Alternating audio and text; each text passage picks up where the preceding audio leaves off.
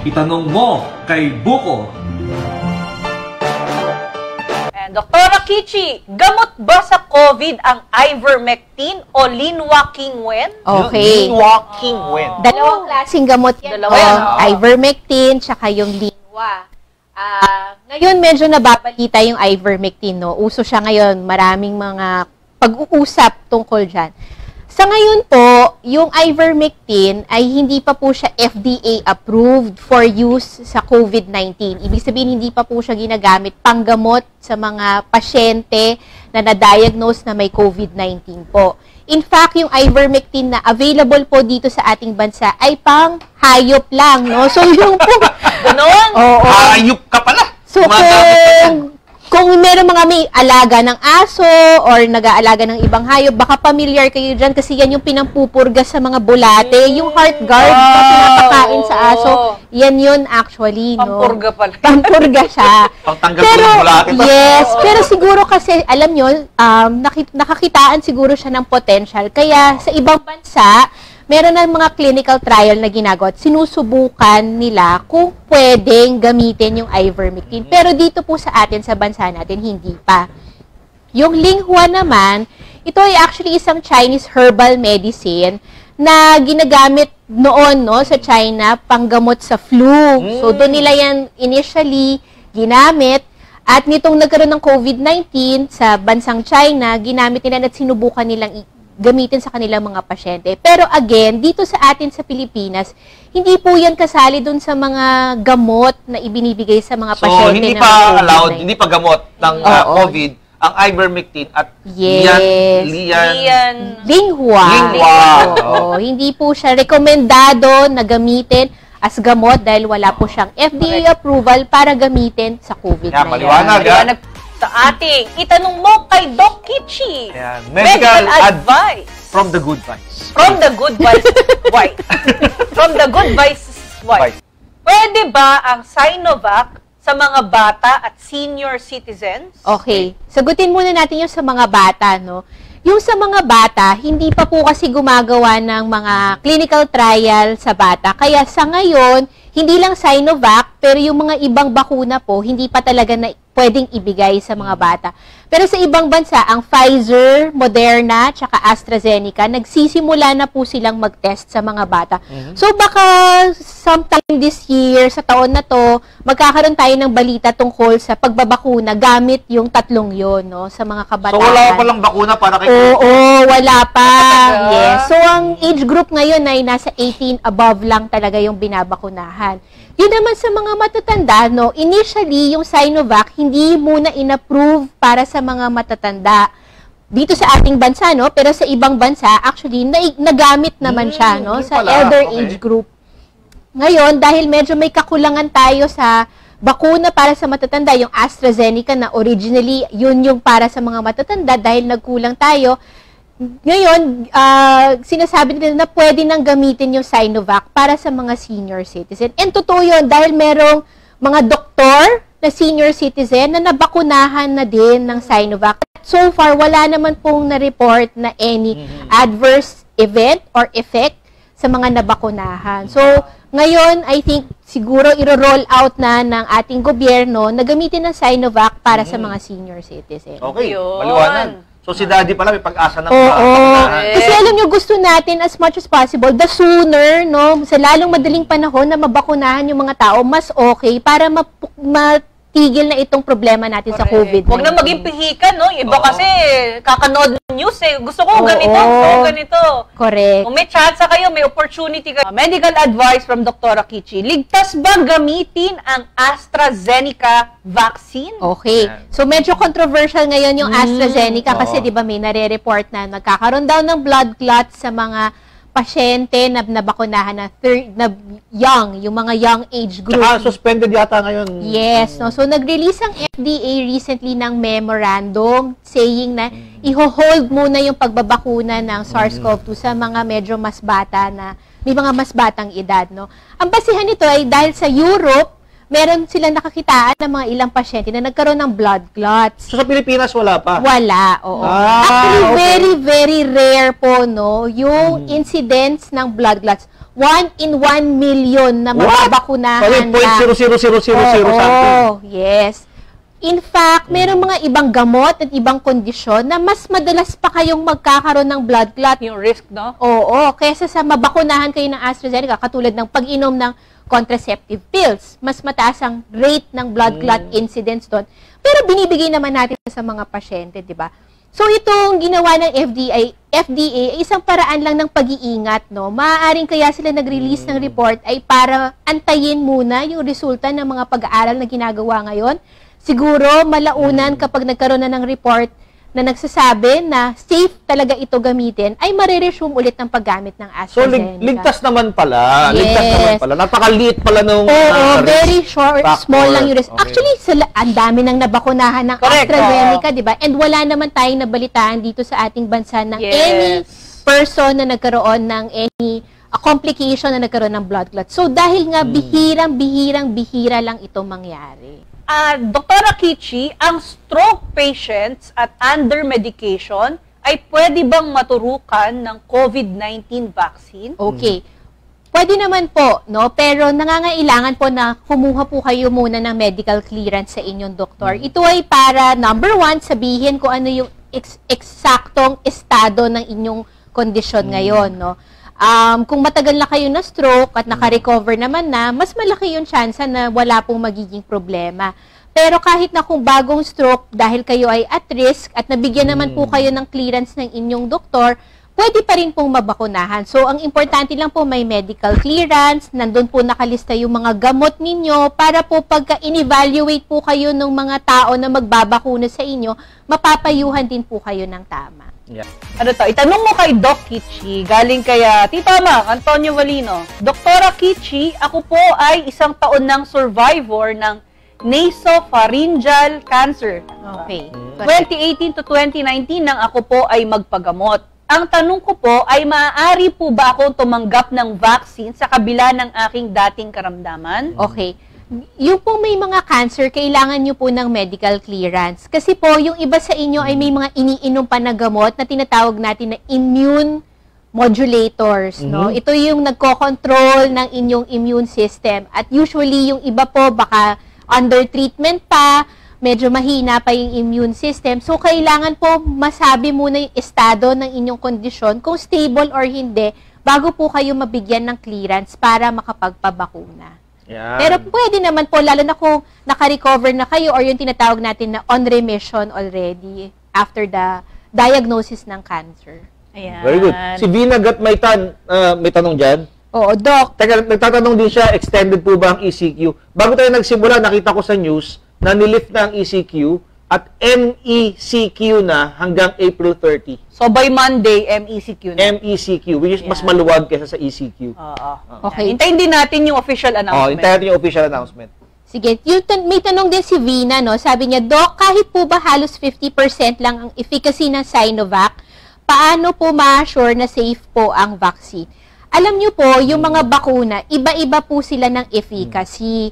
Pero hindi, sa totoo lang po, hindi natin sila pwedeng ikumpira, no? Ng side by side. Kasi yung basihan po ng efficacy nila ay depende sa kung sino-sino yung mga tao na pinagtestan nila nung bakuna. Eh, sa iba-ibang lugar kasi siya ginawa eh. Ibang bansa, ibang mga population, iba-ibang tao. So, natural, iba-iba po yung reaksyon ng bawat katawan ng mga naisali doon sa mga study nila, no? Pero ang gusto po namin malaman ninyong lahat, kaya namin kayo kinukumbinsin na dapat po kayo magpabakuna dahil lahat po ng available na vaccine ngayon for COVID-19 ay effective against preventing yung mamamatay po kayo dahil sa COVID, yung ma-hospital kayo dahil sa COVID, or magkakaroon kayo ng moderate to severe type ng COVID. So, yan yung gusto nating iwasan. In fact, di ba, tayo ay nagpapabakunan sa mga ibang sakit. Alam niyo po yung mga bakuna na available sa atin, hindi naman po yan 100% efficacious, no? Yung flu vaccine, China, lagi natin binabakuna, nasa mga 60% effective lang yan actually, no? Pero bakit, no? Bakit natin siya binibigay pa rin every year ang rekomendasyon na magpa-flu vaccine tayo? Tayo, malapit na ulit tayo magpa-flu vaccine. Yes, vaccine. malapit tayo magpa-flu vaccine. So, bakit natin Bakit natin siya ginagawa, no? Kasi ang gusto natin, kahit natamaan tayo ng sakit, alam natin na hindi tayo mamamatay sa sakit na yon at mayroon na Merong tayong level of protection. panlaban. Yes. So, Siyempre. yan ang gusto natin mangyari sa COVID-19. Magpabakuna tayo para pag nahawa tayo ng sakit, meron tayong level of protection, meron tayong antibody na lalaban sa sakit na yon at alam natin na kampante tayo na hindi tayo ma-ospital, mai-intubate at mamamatay dahil sa COVID-19. Okay. Yan, malaking bagay na yun. Yes. Yung mga nagtataka, bakit daw wala pang question, may mga sumasagot na, mga nanggugulo lang po yan. Mga nanghuhula. Basta ang pinipili po naming mananalo ay yung sumagot pagkatapos basahin yung tanong. Yes. So yung mga yan po, mga nanghuhula lang po yan. Correct. May question si Elmer. Pag daw ba lumagpas sa 28 days, Pwede yung bang second bakusin dose, na yun? okay pa rin daw po ba Yes, yan? pwede naman. Actually, alam nyo, inaaral din yan ngayon no, sa ibang bansa. Yung paano kung kunyari hindi pa Na-delay. available yung Oo. vaccine, okay lang ba na ibigay pa rin yung bakuna? So far sa mga study, okay lang na ibigay pa din kahit na merong konting delay. Kasi ang problema natin ngayon yung global supply ng bakuna. Tandaan natin na buong mundo ang nangangailangan ng bakuna kaya talagang medyo hirap tayo sa supply kaya medyo mabagal ang pag-roll out ng pagbabakuna. Pero maging ano lang tayo pasensyoso at maniwala tayo na lahat tayo ay mababakunahan. Ito na ang itanong mo kay Doc Kichi, medical advice. Kapag meron ng pneumonia vaccine na may validity ng 5 years at isang COPD patient, Ano yung COPD patient? Chronic obstructive pulmonary disease. Wow! yan. Alam niyo talagang galing sa mga tanonood yung question. Ha? Maaari bang mabakunahan ng COVID-19? Kailangan ba ng swab test bago turukan? Okay. Yung mga COPD patient, sila yung may mga chronic o matagal nang may sakit sa baga. Ito yung mga may emphysema, bronchitis, usually mga long-term smoker, itong mga Yung ito. asthma no? ba considered na... Restrictive yung asthma. So, hindi siya COPD? Isang spectrum siya. Magkaiba sila ng pathophysiology kung tawagin namin sa medicine. No? Pero, pareha silang sakit sa baga. Okay? Yung mga pasyente na may COPD, kung may mga maintenance na gamot, pwede pa din naman. Actually, kayo nga po yung dapat mabakunahan kasi kayo yung at high risk for COVID-19 infection dahil mahina na nga yung baga at alam natin na ang COVID-19, baga talaga ang tinatamaan dito na organ system. So, as much as possible, dapat po talaga mabakunahan. Yung dun po sa tanong na kailangan po bang magpa-swab test, hindi po requirement ang swab test para sa kahit sino po na gustong magpa-bakuna. Hindi po required na may swab test muna at swab test negative bago po magpabakuna. So, automatic po yun. Kung nakaschedule kayo na magpabakuna, go lang po kayo sa vaccination center at yun na po yun. I-interviewin kayo doon, isi-screen kayo at kung qualified po kayo, mabibigyan po kayo ng bakuna. Galing kay Christopher Ray Javier. Nabigyan po ako ng pneumonia vaccine last week. Maaari po ba ako tumanggap ng COVID vaccine at ilang araw po ang pagitan? Okay, usually kung nabakunahan ka ng ibang bakuna, no, para sa ibang sakit, katulad nun sa iyo, Prevnar 13 para sa pneumonia yan. Ang minimum na pagitan bago ka pwedeng bakunahan ng COVID-19 vaccine ay 14 days or 2 linggo. Okay. Okay? So, hindi natin din kasi gustong i-delay na patagalin masyado, no? Within the 2-week period, nakapag-build na yung immune system mo para dun sa unang bakuna na binigay sa'yo. So, pwede ka nang bigyan ulit ng panibagong bakuna. Tahin natin. Sige. Magandang hapon po sa lahat. Ask ko lang po kung pwede na din po ba mabakunahan kaagad kaming mga newly recovered mula sa COVID. Okay. So, Galing kay... Starfar. Starfar. Far. Okay. Star, pwede, no? Pero medyo mag-aantay tayo ng konting pagitan. Ang recommendation ay 90 days. So, parang 3 buwan from the time of recovery. Ito kasi ay dahil yung pagkatapos mong gumaling sa sakit, may antibody ka pa kasi. Di ba? Ano ba ang ginagawa nung bakuna? Ano Okay. ba ang purpose niya? Paano siyang nag-work? Okay, yung bakuna, so i-injection siya sa ating katawan, tapos mare-recognize yun ng ating immune system. Parang merong component yung bakuna na para din siya yung virus. at marirecognize ito ng katawan natin at gagawa siya ng mga antibodies. Itong antibodies ang magsisilbing protection natin kung sakaling sa susunod na ma-encounter talaga ng katawan natin yung virus, alam na niya na, eto si SARS-CoV-2, kilala ko na to, eto ang panlaban na gagawin ko para hindi magkasakit ang taong ito. Ganun ang bakit nagkakalagdat pagka nagsasaksakan ng bakuna? Yes, so yun yung fever, lagnat, sasakit yung katawan, parang tatrangkasuhin. Para akong tatrangkasuhin, nang lata ako nun eh. Oo. Inano ka, binako na. Parang gusto mong matulog ka agad, parang hihina ka. Yes, so normal reaction yan ng katawan kasi ibig sabihin, yung immune system mo ay nagre-release ng mga inflammatory modulators. At ibig sabihin, gumagana siya, nire-recognize na niya so yung mas okay bakuna. pala yung ganon. Yes. Okay. Pero alam nyo, hindi ibig sabihin na pag hindi ka nilagnat or wala kang naramdaman, hindi ibig sabihin na hindi siya naging effective. Ako ganun wala ko naramdaman Tatandaan natin na iba-iba kasi yung reaksyon ng bawat tao. So may mga taong mas grabe yung nararamdaman nila, may mga nilalagnat talaga ng ilang araw, yung iba isang araw lang, yung iba katulad mo, Chay, wala kang naramdaman. So, hindi ibig sabihin na pag nawalang naramdaman ay walang naging epekto yung vaccine. So, ito, yung sa mga nagkasakit ng COVID-19, sa simula kasi meron ka nang na-form na antibody dahil nagkaroon ka nga ng sakit, no? So, aantayin muna natin na medyo mawala or bumaba yung level ng antibody na yon bago kayo mabakunahan ulit. Dahil sa initial na study, pag nagkaroon kayo ng COVID-19, mga 2 to 3 months yung bisa ng antibody. Kaya di ba merong mga nagkaroon na ng COVID, tapos nagkakaroon na naman sila. Nabakunahan na, tapos nagkakaroon pa. Oo, meron. Kasi, pag first dose pa lang, hindi pa nabibuild ng katawan mo yung full na immunity against COVID. Kaya dapat po 2 doses talaga. Ang may allergy sa gamot tulad ng penicillin, pwede po bang magpabakuna?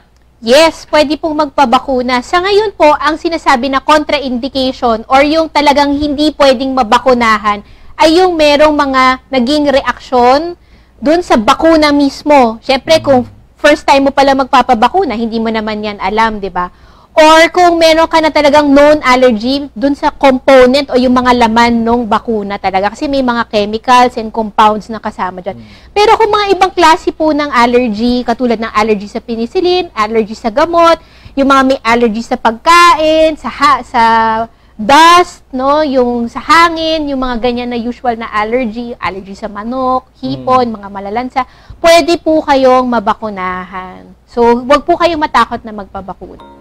Doktora, ask ko lang po kung pwede magpabakuna kung may G6PD. G6PD Galing kay Rona May Cruz Pacwa. Oo, ito po ay isang klase ng deficiency ng enzyme sa... Sige, wag ko na explain masyadong technical. Pero pwede po, no? Kung meron kayong ganyang klase ng karamdaman, pwede naman pong magpabakuna. At Tagaysay, safe po ba sa breastfeeding mom ang COVID vaccine, doktora? Yes, sige, sagutin natin yan. Kung kayo po ay nagbe-breastfeed, pwede po kayong magpabakuna. Actually, baka makatulong pa nga ito dahil pag nagkaroon na kayo ng antibody at ito ay nasa breast milk ninyo, maipapasa nyo pa siya sa inyong baby, no? Ganon din, baka merong mga buntis na gustong malaman kung pwede ba silang magpabakuna o hindi. Yung po sa mga buntis, wala pa po tayong mga study or experiment or research na nagawa sa mga buntis tungkol sa bakuna. Pero kung susundin natin yung mga principles sa pagpapabakuna, lahat naman po ng vaccine na available for COVID-19 ay hindi live vaccine. Ibig sabihin, hindi yung mismong virus ang laman ng bakuna. Kaya, maaari po kayo magpabakuna kung gugustuhin ninyo. So, ito po ay magiging desisyon ninyo kung gusto niyo magpabakuna or hindi. Okay. Okay. Ito, Ate Kichi, galing kay Cheska Marie Daos. Gandang tanghali po, tanong ko lang po, pwede po ba ako magpabakuna kung meron po kasi akong skin asthma? Yes, pwede. So, katulad dito nung tanong kanina, yung may allergy sa penicillin, yung may mga history ng allergy sa balat, sa pagkain, pwede po kayong magpabakuna. Si Crisel Hernandez, Doc, paano po kami? Nabakunahan na ng first dose ng AstraZeneca. Mababakunahan pa kaya kami ng second dose? Magantay lang tayo, Ma'am Crisel, ng advisories ng FDA kapag naging available na yung AstraZeneca ulit. Dadating kasi yung next batch ng AstraZeneca mga May or June this year, no? Yung tungkol sa pagpapabakuna ng first and second dose, dapat kasi kung ano yung first dose mo, yun din yung second dose ulit. Okay? Hindi pwedeng iba, no? Oo, sa ngayon, wala pa kasing study na nagsasabi na pwedeng magpalit-palit, no? Kunyari, Sinovac ka, tapos Second mamaya dose mo. AstraZeneca. Wala pa tayong information na gano'n. So, kung nabigyan na po kayo ng AstraZeneca, ang susunod na dose nyo po, dapat AstraZeneca ulit. Mag-antay lang tayo ng advice. Katulad ng sinabi ko kanina, maliit lang po yung porsyento ng risk doon sa blood clot sa AstraZeneca. So, siguro, malalaman natin in the next few weeks or months. Baka malift na yung Oo, baka ban. malift din yung ban. Yan. Okay. Yan, question Ito, pa. tanong lang po, ano po ang mga pangkaraniwang side effect ng bakuna laban sa COVID-19? Galing kay EJ Cruz. Yes. So, kanina nabanggit natin yung mga side effect na naranasan ninyo, no? Usually, yung iba po, naglalagnat or parang maglalagnat, pwedeng masakit yung site kung saan kayo pinakunahan, no? Parang mabigat yung pakiramdam, medyo may panghihina ng konti, or parang pakiramdam nyo na kayo ay parang tatrangkasuhin, parang pagod yung feeling. Yan po yung mga usual na side effect na kino-consider natin na normal lang po na epekto after nyo mabakunahan. Actually, hindi lang sa COVID-19 yan, minsan sa ibang mga bakuna, ganyan din yung nararanasan natin. So, kung lalagnatin kayo, pwede naman kayo uminom po ng gamot para sa lagnat tulad ng paracetamol. Yes. Okay.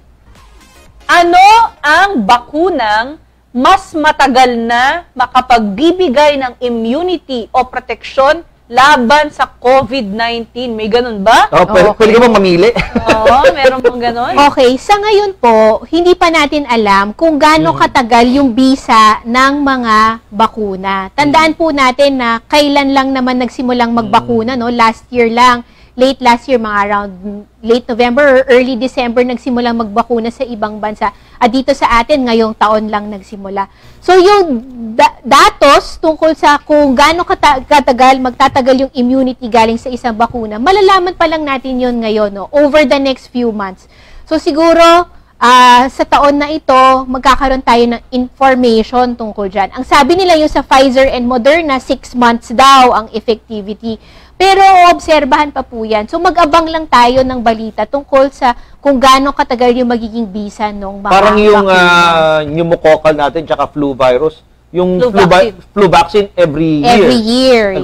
Nagpapa-vaccine tayo. Pero yung pneumonia, di ba, 5 years or lifelong. So, depende, no? Magiging depende pa yun sa information. Tsaka kasi ngayon, meron tayo yung mga mutant strains na tinatawag natin. Nagbabago yung Oo, variant. nagbabago yung May variant. request si Tita Gigi from sa Hong Kong. Sabi niya, pwede mo raw bang i-encourage yung mga OFW sa Hong Kong to get vaccinated kasi libre daw sa Hong Kong. Oh, Pero ayaw nila magpa-vaccine. Naku, dapat po mga kababayan dyan sa Hong Kong, kung meron pong mga nanonood sa inyo dito sa aming programa, magpabakuna po kayo kasi para makakabuti po yan para sa inyo. Huwag po kayong matakot. No, matakot tayo na wala tayong proteksyon sa COVID-19 Tama. at malalagay sa peligro ang inyong buhay kapag kayo ay nagkaroon ng COVID. Tandaan nyo, ang mga pamilya ninyo na nandito sa Pilipinas ay umaasa sa inyo. Kaya napaka-importante po na alagaan ninyo ang inyong kalusugan. Tama. Galing kay Tita Lynn Pulisina. Ayan, galing kay Tita Lynn Pulisina. Good afternoon po, Doktora. Yun po bang diabetic? Pwede po sa bakuna? Yes, pwede po, tita. Pwede po magpabakuna ang may mga diabetes. In fact, category sila na yes, A3. A3. Yung mga May may comorbidities. Dapat po magpabakuna. So, kung may available na po dito sa Baliwag, I think nag-start na kayo sa A3 group, magpabakuna na po. Itanong mo kay Buko.